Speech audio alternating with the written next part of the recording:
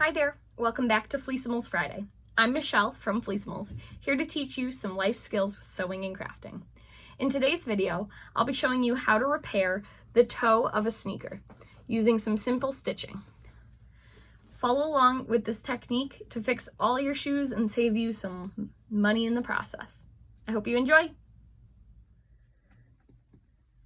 So here is our shoe with the hole in it. As you can see, it's just busted through around the large toe area. So we're gonna fix that. So all you're gonna need is a large, fairly sharp embroidery needle, some embroidery floss, which is, it has its own aisle in different craft stores. It comes in embroidery kits. It also comes in cross-stitch kits, but it's essentially 6 different threads that are spun together to make a really thick, durable string. So I have it threaded onto my needle. I'm going to knot it using a quilter's knot, which I've showed off in other videos. So I have a nice thick knot. And trim. And I'm going to use a thimble as well, especially because this is such a thick, hard needle. I don't want to be pushing against the pads of my finger.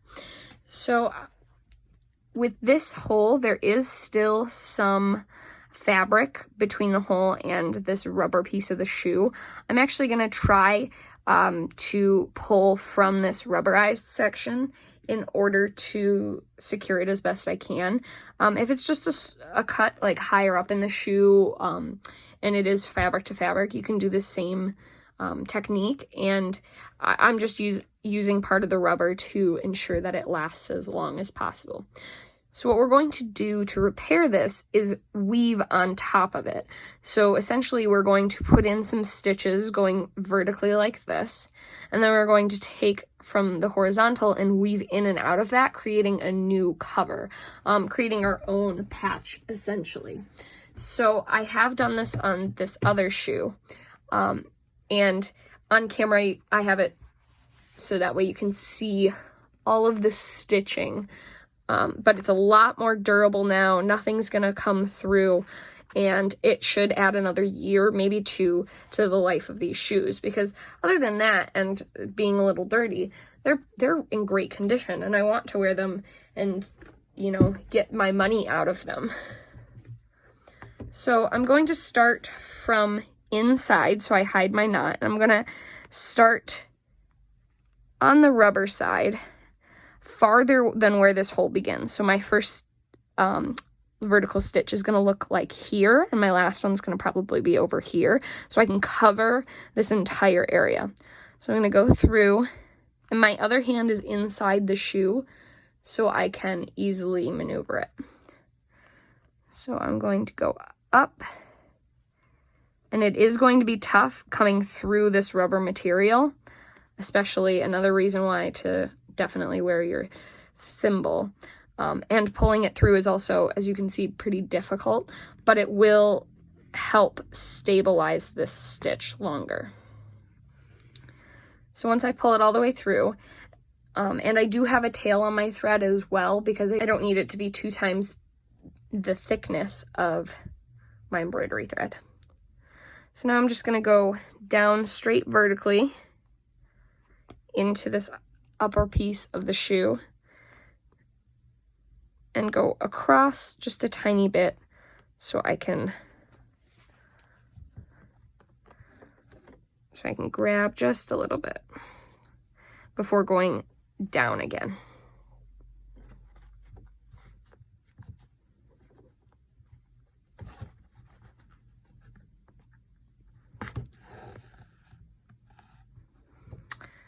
And we're going to repeat this back and forth until we've covered all the way to here.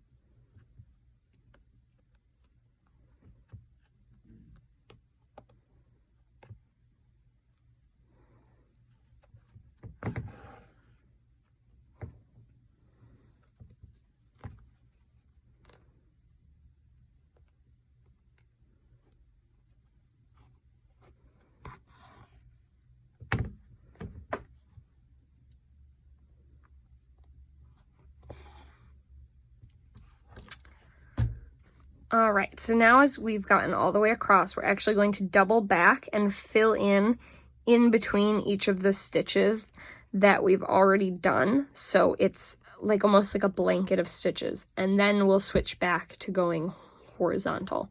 And the reason I do it this way is because it can be very difficult to pull your thread up right adjacent to where you are, and this will give it a little bit more grip. So it's got about 1/8 of an inch between each of these stitches right now. So we're just going to double back and keep on going.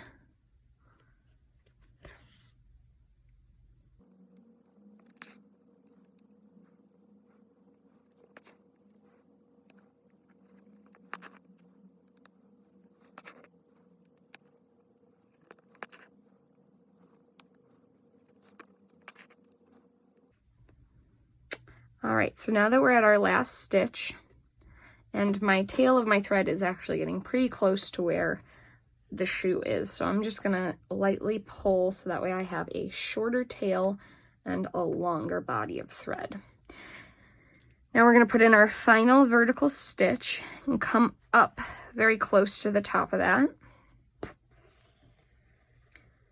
And now we're going to weave back and forth between all these rows. Now since I discussed earlier that embroidery thread is essentially 6 different threads, it can be a little difficult to navigate with all these threads, but just be patient and take your time. And make sure it is fairly taut when you go do this. So I can pull one up and I can see that there's a big loop of thread. I can go back and start adjusting before I do the horizontals, just to make sure everything is nice and tight before continuing.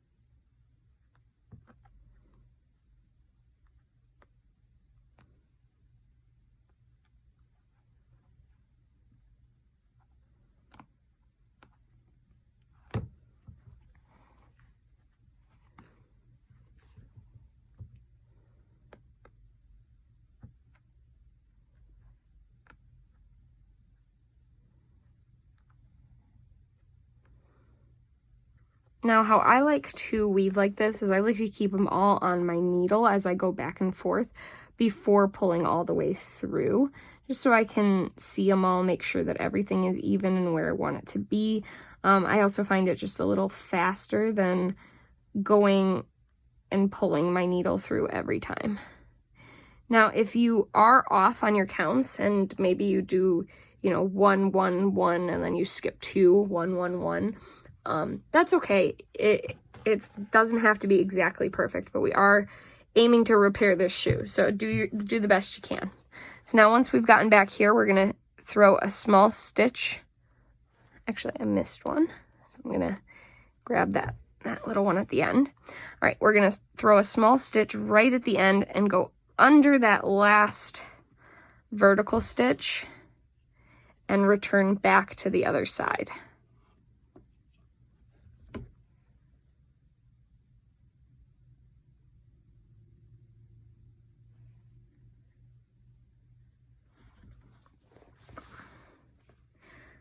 This time going under anything that you went over last time and over anything you went under last time.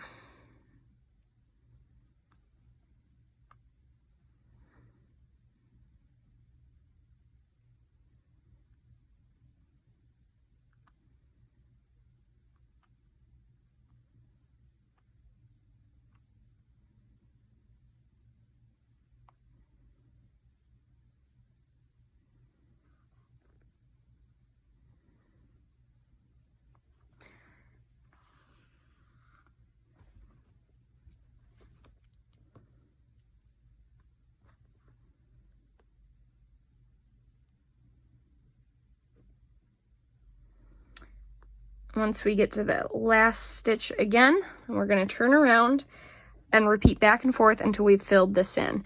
And every time I do a horizontal row, I'm going to kind of go through and push it down flush against the last row that I did to try to keep a very even weave.